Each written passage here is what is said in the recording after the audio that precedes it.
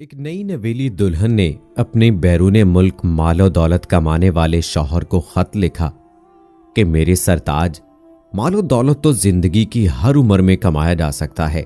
जवानी के तो चंद दिन होते हैं और बहुत जल्द जवानी ढल जाती है। क्या मैं इसी तरह सालह साल आपका इंतजार करके अपने सर के बालों में चांदी भर लूंगी, अपने हाथों से रंगीन मेहंदी को मिटा दूंगी, अपने पांव की पायल की झनकार जो सिर्फ जवानी में ही अच्छी लगती है, क्या मैं उसे भी उतार कर इस तसव्वुर के साथ रख दूंगी कि अपनी बेटी को पहनाऊंगी? बस अब मेरे पहनने की उम्र खत्म हो गई है। क्या मैं जवानी की हसरत और उम्मीदों को किसी सुल्तान रसूल में रखकर ताला लगा दूं?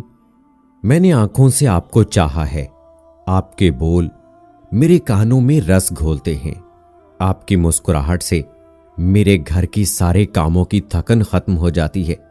क्या ये जज्बात आपकी तस्वीर देखकर तस्कीन पालेंगे? नहीं मेरे सरताज, हरगिज नहीं। आप वापस आ जाएं। मुझे भूख कबूल है, पुराने कपड़े कबूल हैं, लेकिन इन बच्चों को और इस जवानी को आपका साथ चाहिए, इन जज्बात को आपका सहारा चाहिए। मैं इंतजार बहुत कर चुकी, अब मुझे ज्यादा इंतजार ना करवाएं। दोस्तों, ये अल्फाज लिखते हुए मैं खुद आबदीदा हूं। जब भी मेरे पास ऐसी जिंदगी आती है मैं तड़प जाता हूं। मेरे अंदर का सुल्तान रसूल चीख उठता है, आखिर क्यों? मालो दौलत और पैसे के लिए वो जिंदगी सिसकती और सुलगती रह जाएगी। क्या मालो दौलत और पैसा सब कुछ होता है? एक खातून अपनी 19 साला बेटी को साथ लिए कह रही थी, इसकी मंगनी है और बाप ने ये वादा किया है कि मैं तुझे मंगनी का तोहफा भेजूंगा। बस ये पेट में थी तो बाप इटली गया, अभी तक वापस नहीं आया। सुना है उसने वहां कोई शादी कर रखी है। उसकी जिंदगी तो यूं गुजर गई, मैं उसके इंतजार ही की आहट को सुनते सुनते बूढ़ी हो गई। वो बिलक बिलक कर रो रही थी। फिर उसने एक कागज बेटी से अलहदा मुझे पकड़ाया, जिसके अंदर उसके वो गुनाह थे जिसका जिम्मेदार सिर्फ उसका शौहर ही हो सकता है। क्या उसके डॉलर, पौंड, यूरो, दिरहम, दिनार, रियाल उसको आखिरत में बीवी की इस जवाबदही से छुड़वा देंगे? क्या उसको इस फेल से निजात मिल जाएगी? हरगिज नहीं। एक खातून कहने लगी, ये बेटा 8 साल का हो गया है और इसकी पैदाइश से चंद माह पहले इसका बाप साइप्रस यानी यूनान गया, फिर पलट के ना आया।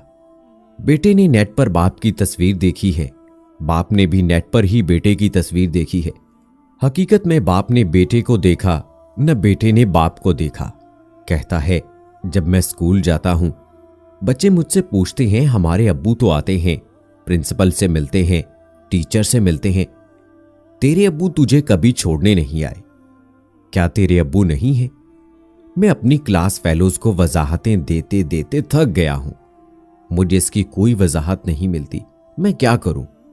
कहां से वजाहतें ले आऊं? मैं थक चुका हूं और इसका कोई वसीला मेरे पास नहीं है। मैं किससे सवाल करूं? दोस्तों, माशरे में फैलता हुआ गुनाह, औलाद की बेराह रवी, उसके असबाब और भी हैं, लेकिन एक बड़ा सबब बाप की सरपरस्ती से महरूम औलाद और शौहर की सरपरस्ती से महरूम बीवी है। फिर वो क्या करे? आखिर उसकी जिंदगी के साथ भी तो जज्बात जुड़े हुए हैं। क्या मर्द औरतों के गुनाहों के जिम्मेदार हैं?